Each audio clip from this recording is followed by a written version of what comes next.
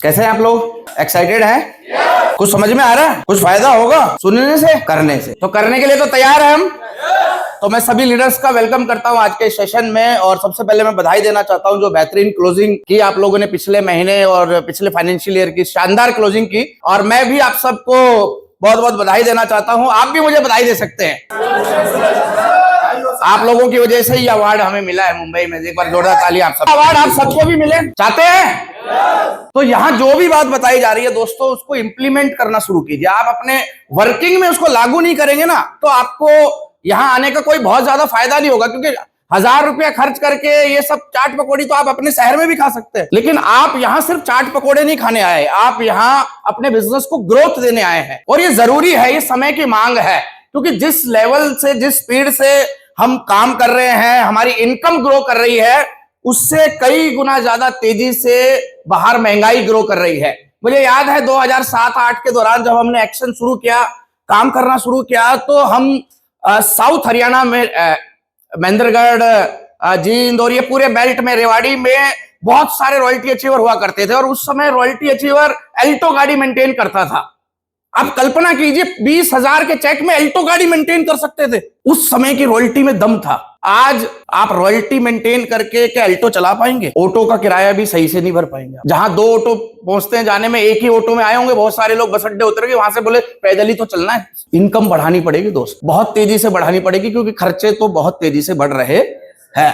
तैयार है बढ़ाने के लिए? और हम बहुत सही समय पे हैं, क्योंकि गुरुदेव हमेशा कहते हैं काम करना और सही समय पे काम करना जमीन आसमान का अंतर पैदा कर सकता है आपके परिणामों में।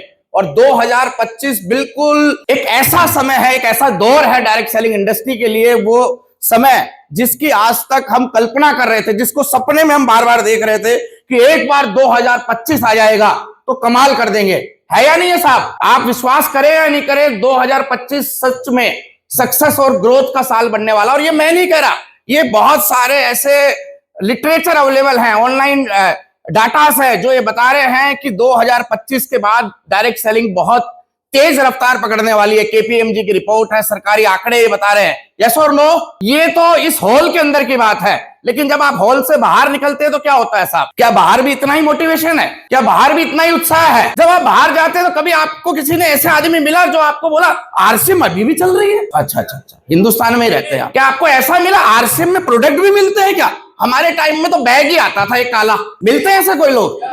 अच्छा, तो फिर आपको ऐसे भी मिले होंगे, यार आरसीएम की दुकान पहले तो थी हमारे वहां पलवल में, अब पता नहीं बंद है या खुली है। मिलते हैं ऐसे लोग? तो ये भी मिला होगा, हमारे यहां तो सब जुड़ गए, पूरा मोहल्ला जुड़ गया, अब कोई नहीं कर रहा, सबने छोड़ दी। ऐसे भी मिलते हैं क्या?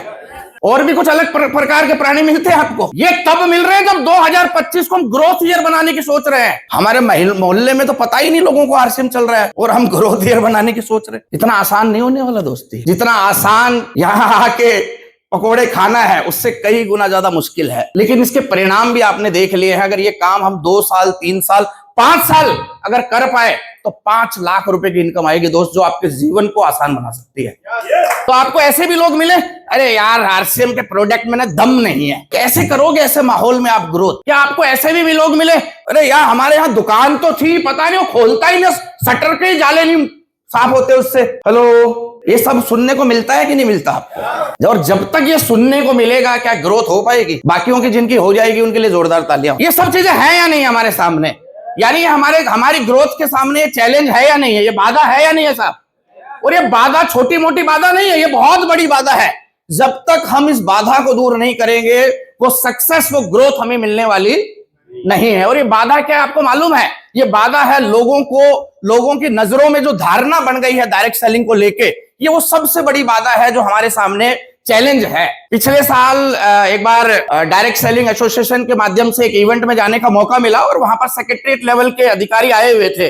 उन्होंने कहा मुझे मालूम है आपकी इंडस्ट्री बहुत अच्छी है, यहाँ के लोग बहुत अच्छे हैं, यहाँ की इंटेंशन बहुत अच्छी है, लेकिन जो सबसे बड़ा चैलेंज है इस इंडस्ट्री के सामने वो है यहाँ पे बनी हुई लोगों की परसेप्शन। जो धारणा लोगों के दिमाग में बन गई है, वो धारणा जब तक टूटेगी नहीं, जब तक ये इंडस्ट्री बड़ा उड़ान भरने वाली नहीं है। और ये धारणा बहुत, मतलब आप इसको हल्के में मत लीजिए दोस्त, ये जिसके दिमाग में बैठ जाती है ना, ये उससे इतने गलत गलत डिसीजन करवा लेती है, आप कल्पना भी नहीं कर सकते। एक उदाहरण देते हैं, आप लोगों ने बचपन में वो गेम खेला चिड़िया उड़? सबने नहीं खेला क्या? अच्छा, जो बरमुडा ट्रायंगल से कुछ लोग आए हैं उनको मैं बता देता हूं, हिंदुस्तान में मध्य वर्गीय परिवार के लोग बचपन में मनोरंजन के लिए चिड़िया उड़, मैना उड़ ऐसे वाला खेल खेलते थे। अब सबको समझ में आ गया? तो आपने उसमें चिड़िया उड़, मैना उड़, बकरी उड़, कितने लोगों ने बकरी उड़ाई है बताओ ईमानदार? अब दिल पे हाथ रख के बताओ, क्या बकरी उड़ाने से पहले नहीं पता था बकरी उड़ती है कि नहीं उड़ती है? वो क्यों उड़ा दी? वो इसी धारणा की वजह से दिमाग में सेट कर लिया बकरी ही उड़ेगी। तो ऐसा ही लोगों ने दिमाग में सेट कर रखा आरसीएम के बारे में, बेकार है, दुकानें नहीं है, प्रोडक्ट नहीं है, काम का धंधा नहीं है, पैसा नहीं आता, फंसाने का काम है। ये धारणा हमें बदलनी पड़ेगी कि नहीं बदलनी पड़ेगी दोस्तों? अरे वो दूध उन्होंने ही खरीदना हमारे साथ आके, जब तक उसकी धारणा नहीं बदलेगी वो दूध नहीं खरीदेगा हमारे वाला। वो दालें उसी ने खानी है, दालें आ भी गई तब भी वो नहीं खाएगा अगर धारणा नहीं बदली तो उसकी। 1000 लोगों के होने के बावजूद भी 1000 लोग, 1 लाख लोग होने के बावजूद भी नेटवर्क में 1000 लोग ही सामान खरीद रहे हैं। वो सामान जो हर आदमी को चाहिए, कोई तो बाधा है जो उसको रोक रही है। उस तक पहुंचो दोस्त, उस फुंसी को ढूंढना पड़ेगा, उसका इलाज करना पड़ेगा। वो माइंडसेट जो बन गया है लोगों के दिमाग में, ये परसेप्शन है ना, ये जो धारणा है, ये मान्यता है, ये बदलवानी पड़ेगी हमें। और इसके 2 ही तरीके हैं, ये बदल सकती है प्रॉपर अवेयरनेस से। जब तक जागरूकता नहीं आएगी, जानकारी नहीं जाएगी सोसाइटी में लोगों को, जिस प्रकार से हम ये ऑडिटोरियम करके, हम ये वेन्यूज करके, हम एक एक आदमी को जगाने का प्रयास कर रहे हैं, उसी प्रकार बाहर जब तक ये जानकारी लोगों तक नहीं पहुंचेगी कि इंडस्ट्री कैसे काम करती है, कैसे कामयाबी दिलाती है, ये धारणा नहीं बदलने वाली। और दूसरी ये धारणा बदलेगी रिजल्ट से, आपके परिणामों से, क्योंकि दुनिया चमत्कार को नमस्कार करती है। यस और नो? आपके रिश्तेदार ने आपको मना नहीं किया जब आप प्लान दिखाने गए थे, उसने कहा तेरा आ जाए तो मुझे बता देना। यानी वो ये कह रहा है तू कर, तेरा आ गया तो मैं चल पड़ूंगा। उसने मना नहीं कहा, उसने कहा तेरी गाड़ी आ गई तो मैं भी करने लग जाऊंगा। यस और नो? यानी वो तैयार है, बस उसको चमत्कार करके दिखाना पड़ेगा। अब आगे थोड़ा बढ़ते हैं, चमत्कार कैसे होगा दोस्त? इस चमत्कार की तैयारी हो चुकी है और इस चमत्कार होना शुरू होगा 25वीं एनिवर्सरी से। और इस बार आपको बता दिया जाए, एनिवर्सरी नहीं होने वाली दोस्तों, एनिवर्सरी के स्थान पे इस बार होगी रूपांतरण यात्रा। नाम सुना है? शब्द सुन लिया आपने? कभी गहराई में जाने का प्रयास कर रहे हैं या टीसीजी आते हैं, यहां से सुनते यहां से निकाल देते हैं? 25वीं एनिवर्सरी से शुरुआत होगी दोस्त रियल मायने में लोगों की, समाज की धारणाओं के बदलाव में के रूप में। ये जो रूपांतरण यात्रा है, रूपांतरण यानी संपूर्ण बदलाव, ट्रांसफॉर्मेशन होने वाला है यहां से आरसीएम का। पुरानी कुछ भी तरीके, कुछ भी विचारधारा, कुछ भी काम करने के तरीके अब नए आरसीएम में आपको आगे लेके जाने वाले नहीं है। जो जुगाड़ू सिस्टम, जो गलत सिस्टम, जो मन मर्जी का सिस्टम, अपने हिसाब का जो सिस्टम हमने लगा रखे थे, अब हमें यहां से आगे बढ़ने के लिए बंद करने पड़ेंगे। उसी को नाम दिया गया है, क्या चीज जी? ट्रांसफॉर्मेशन या रूपांतरण यात्रा। ये क्या होगा इसमें आपको थोड़ा सा समझने की जरूरत है, क्योंकि हमारे यहां भी रूपांतरण यात्रा आएगी दोस्त। अगर हमारी तैयारी वैसी नहीं रहेगी तो हमें उसका लाभ होने वाला नहीं है। जैसे भी 25 मई का इवेंट आएगा, जिसकी प्रोग्राम बहुत जबरदस्त होने वाला है, कमाल की चीजें वहां होंगी, कमाल की घटनाएं होंगी, लेकिन लाभ किनको होगा? जिनकी तैयारियां हो चुकी हैं, जिनकी टिकटें बुक हो चुकी हैं, जिनके लोग वहां पहुंचने वाले हैं। ये सेशन भी बहुत शानदार हो रहे हैं, लेकिन किनको लाभ हो रहा है? जो अकेला आ रहा है या जिसकी टीम आ रही है, इसकी तैयारियां बड़ी हैं। तो ये जो मेले होंगे, जो ये होगा रूपांतरण यात्रा, ये किस रूप में होगा? ये कोई उस प्रकार की यात्रा नहीं होगी जैसे दांडी यात्रा थी, ये ट्रेड फेयर के रूप में होगा। जैसा आपने ट्रेड फेयर देखा ना दिल्ली में, आपके वहां दुबई मेला लगता है, ये मेले लगते हैं, वैसे ही होगा। ये आरसीएम फेयर होगा, जिसके अंतर्गत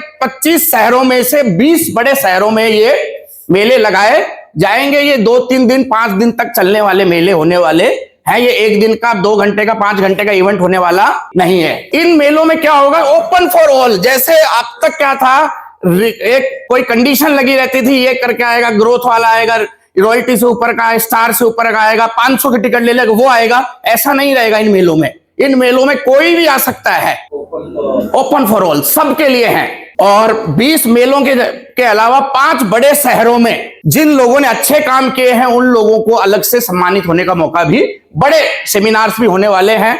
जो ये रूपांतरण यात्रा रहेगी, इस हर इवेंट में टीसी सर का हमें विचार जानने का मौका मिलेगा। इन रूपांतरण यात्रा में उस एरिया में जो भी सीनियर लीडर्स रहेंगे, वहां पर वो सभी उपस्थित रहेंगे। अगर अपने नॉर्थ में रही तो हम सबको वहां का हिस्सा बनना है। उस एरिया में जिन जिन लोगों ने काम किया होगा, अच्छा काम किया होगा, उन्हें रिवार्ड अवार्ड और रिकॉग्नाइजेशंस मिलेंगी। विशिष्ट साथी अतिथियों को, स्पेशल गेस्ट्स को इनवाइट किया जाएगा, क्योंकि हम चाहते हैं लोगों में, समाज में आरसीएम की पहुंच बने।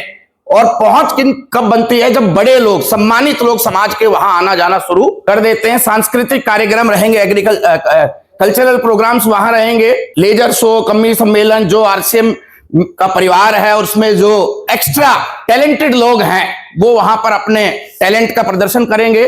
सांस्कृतिक प्रोग्राम रहेंगे, बच्चों के लिए किड्स जोन रहेंगे, वहां पर आरसीएम के सफल लोगों की डॉक्यूमेंट्रीज वहां दिखाई जाएंगी। हेल्थ चेकअप कैंप रहेंगे, सेवा दिवस के रूप में वहां रजिस्ट्रेशन होंगे, महिला सशक्तिकरण पर एक्टिविटीज होंगी। ये सारा रूपांतरण यात्रा के दौरान होने वाले एक्टिविटीज हैं। और मुख्य अतिथि भी अलग अलग एरिया के हिसाब से आएंगे। जब अपने एरिया में, नॉर्थ इंडिया में प्रोग्राम रहेगा तो आशुतोष राणा जी उस प्रोग्राम का हिस्सा रहेंगे। एक बार जोरदार तालियां हो दोस्तों। जब बड़े बड़े इवेंट आएंगे, आप इनके साथ सेल्फी लेंगे, इनके ऑडियो वीडियो, इनके वीडियोस बनके जब सर्कुलेट होंगे तो कहीं ना कहीं आपके आस पड़ोस के लोगों को आरसीएम को जानने समझने की रुचि जागृत होगी या नहीं होगी? ये रिवार्ड अवार्ड रिकॉग्नाइजेशन लेना चाहते हैं या नहीं लेना चाहते दोस्त? और जिनको अवार्ड मिलेंगे उन बड़े बड़े रूपांतरण यात्रा के इवेंट्स में, रिकॉग्नाइजेशन होगा, तो उनकी ज्यादा पहचान बढ़ेगी कि नहीं बढ़ेगी? आप चाहते हैं कि आपके एरिया में जब ये यात्रा आए तो आपके एरिया में आपके लोगों को, आपकी टीम के सबसे ज्यादा लीडर्स को अवार्ड रिवार्ड मिले साहब? हेलो, वैसे अवार्ड रिवार्ड मिलेंगे अगर आपकी टीम के लोगों को, तो आपको नुकसान होगा या फायदा होगा? फायदा होगा। तो फायदे वाले काम में जोर लगाना चाहिए या नहीं लगाना चाहिए? और ये कुछ क्राइटेरिया दिए गए हैं जिसपे आपको बहुत सीरियसली काम करना है। इन इवेंट्स में ये जो टारगेट्स है, इनके अनुसार आपको अवार्ड रिवार्ड मिलने वाले हैं। ये आप तक पहुंच गया होगा, आपने इसको कैजुअली ले लिया। इसको एक बार पढ़ के देखिए थोड़ा सा। ये कह रहे हैं कि लगातार 6 महीने, 5 महीने, 4 महीने जो भी ग्रोथ करेगा उन क्राइटेरिया के हिसाब से आपको रिवार्ड अवार्ड आपके एरिया के हिसाब से मिलने वाला है। तो आप क्या चाहते हैं? आपके लोगों को मिले, कम लोगों को मिले या ज्यादा को मिले, सबको मिले या किसी किसी को मिले? तो कुछ काम करना पड़ेगा या ऐसे ही मिल जाएगा साहब? जो गुरुदेव ने काम बताए हैं, 7 काम, वो करने के लिए तैयार हैं? आज जाके दोबारा एक बार चेक कर लेना। जो आपको सुनील सर ने बताए हैं कि नेटवर्क बनाना, बड़े विजन के साथ नेटवर्क बनाना है, क्या उसके लिए तैयार है? और जो दिनेश जी ने बोला है कि कंफर्ट जोन से बाहर निकले बगैर बड़ा नेटवर्क बनने वाला नहीं है, क्या वो भी आपके माइंड में जा चुका है? ओके, तो आगे की चीजें और आसान हो जाएंगी। तो अब हम क्या करें?